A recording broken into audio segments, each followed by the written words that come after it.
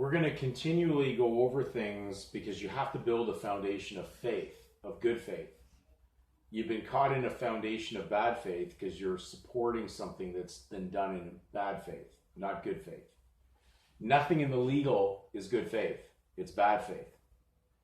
It comes from the lawyers. They're devil's advocates, so don't expect anything good to come from that tree. They speak with definitely forked tongue, as the native peoples accused them of when they were getting them to sign treaties, to tell the crown that they own the land when they never believed they owned the land.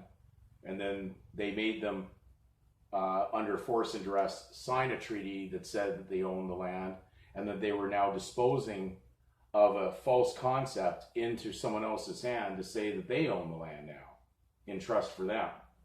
This is just bizarre, but it's the reality of the system that is operated by people who work for the devil. So I can understand there could be an apprehension and fear going on, but be very cautious and careful of who you have fear of. You should be fearing God, which is the beginning of wisdom and knowledge, not fearing man, who is corruptible and does not have the power that he may seem to assert. So we have to go to the beginning on all this. And so we're going to go to the word invalid, which means not legally binding. Now, the first thing that ever happened where your private name that your parents gave you went on to a record, if in any way that this seems to imply a contract, a child cannot be bound to any contract. He can't enter a contract. So therefore, anything that would even imply that would be invalid, which is another word for invalid. But when you authorize something that's invalid and make it valid, your consent's there. So you're actually taking something that could never have been valid without your energy doing it. So you validate an invalid document that started right at the beginning. This is the beginning. This was void right from the beginning, void ab initio. You can go look up the term. I'm not going to pull out 10 law books for you at this point. I think now we've kind of got past that. Look up the term void ab initio. There's a site, Duhame's Law, has a straightforward definition of it. I'd be careful with my words. I don't like using the word good around anything to do with the lawyers, but it's a very straightforward definition for void ab initio out of Duhame's Law. So invalid, you're validating it because you're in it. Okay?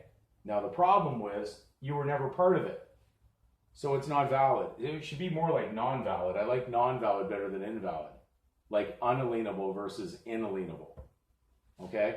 So when you validate something that's not valid, that's based on your own consent. That's why consent removes mistake. Mistake removes consent. What's happening right now is all the legal participants are validating something that was from its beginning invalid, because a child cannot be made party to any legal contract, and nor could they sign, nor could they have consent to it. So it's not legally binding, and therefore, because the child cannot enter a contract, it can't be involved in labor contractions. This is induced labor based on being beguiled. You started to work for something that you were not supposed to work for, and that is Satan. And Satan represents the legal last name. But he only has power and energy when you enter or allow him to enter you. It's kind of like a flip side. You're kind of breathing into his dead body that's ready to be, buried anyways. It's just inevitable, the timing left for him. But at the same time, You're allowing him to possess you because you believe that that legal last name is yours. So you keep on energizing it. It doesn't have any energy without your given name. You pull that out, and there's no possession anymore. It's just what it is. He can't use it against you. And because it represents the money, it's his own judgment on himself. But as long as you're willing to pay for that title, he needs your given name in there. Debt is make-believe. But if you're in, they will make you believe by armed force because you're using their arms. A man is born unarmed, according to Noah Webster's Dictionary 1828, under the definition unarmed. So you were never born with the arms. You took on arms. And the way it would work is you would have to be the one possessing it. I'm going to go as many times slowly over these things. Have no fear when you're in truth. The liars have a reason to feel concerned right now because they know the scam is up. And they know that people are awakening to truth. The problem is the vast majority of the audience is going to energize the lie and continue in it. And we'll go down with the legal citizenship.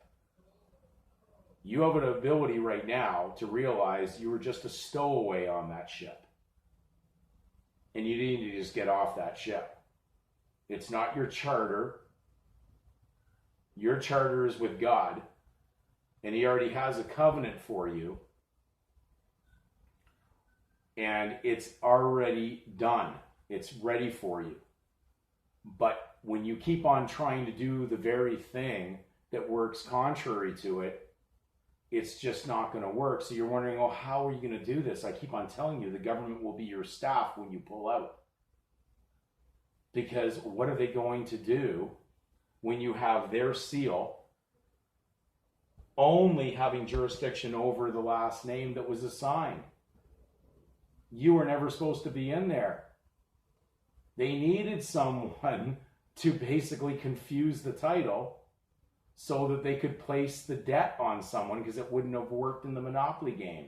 But Monopoly games are not basically, shall we say, in their world, illegal when there's consent.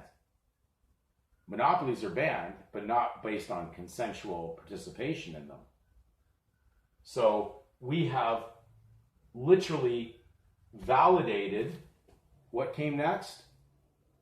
A counterfeit token of value that is basically deliberately left ambiguous and unclear, that you would just surety it and keep walking in and saying, I'm the guarantor for it. That's why these were never intended for who you are. They were just a government bond run by a legal lawyer scam of absolute diabolical characters who have sworn an allegiance with the devil. So the guys at the top end of the legal societies, they're channeling with the devil. And then they'll tell you a vision all day long on the devices they use to communicate their propaganda. Pro-pagan da. Break down the words, you'll understand they're just laughing at you when you're playing on that board. And they just sit back and watch to see how many pawns get killed based on an amusement game of divergence. So anyways, hopefully this little video has helped you. And it's going to get more clear, okay, as we go on. And I just hope that people are not feeling this is redundant or going over the same things, because if people are not comprehending it, it needs to be repeated over and over again so I can break through that layer of that imprinting that has scarred you.